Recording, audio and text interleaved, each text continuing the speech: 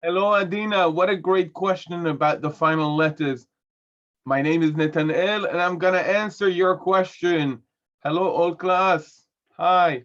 So, I've been teaching Hebrew for the past 15 years, and let's talk a little bit about the final letters. So, first of all, Hebrew is not the only language that has final letters. You might have heard about Superman, right? He's got a letter on his chest. The letter on the chest of Superman is the letter sigma, similar to the English S, but it's a final form of that Greek letter. The Greek has a regular form for the sigma like this. And at the end of words, this is the letter sigma. Anyway, in Hebrew, we have 5 final letters: the kaf, the mem, the nun, the fe, and the tzadi. Note the form of these. They all have a line, with the exception of the mem. They all have a line going downwards. And indeed, by the Yemenite Jews, they're not called final forms, but simply straight forms. Chaf feshuta, nun feshuta, fe feshuta, sad feshuta. While the regular forms, they're all bent. Okay, they're bent leftwards at the bottom. Other than that, they have the same top. The final forms and the regular forms, they have the same top. They only differ at the bottom. Okay, look, amazing. This is related to the fact that when writing, if you are writing from right to left and you want to save time because you're continuing to the next letter, you are bending the bottom. So the original form, much to the surprise of everybody, the original form was the final form. This was the form of the letter chaf.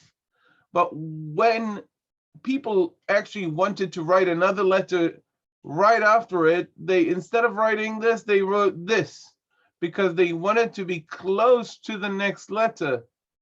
Okay, and instead of writing this, they wrote this. And instead of writing something like this, they wrote something like this. Again, they bent the line towards the direction of the writing, okay, which was from right to left.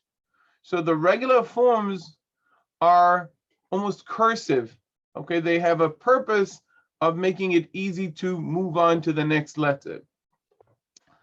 The mem, as opposed to the chaf, nun, pe, and tzadi, we have a closed mem and an open mem. You can see that they are quite similar as well. The only difference is the opening here.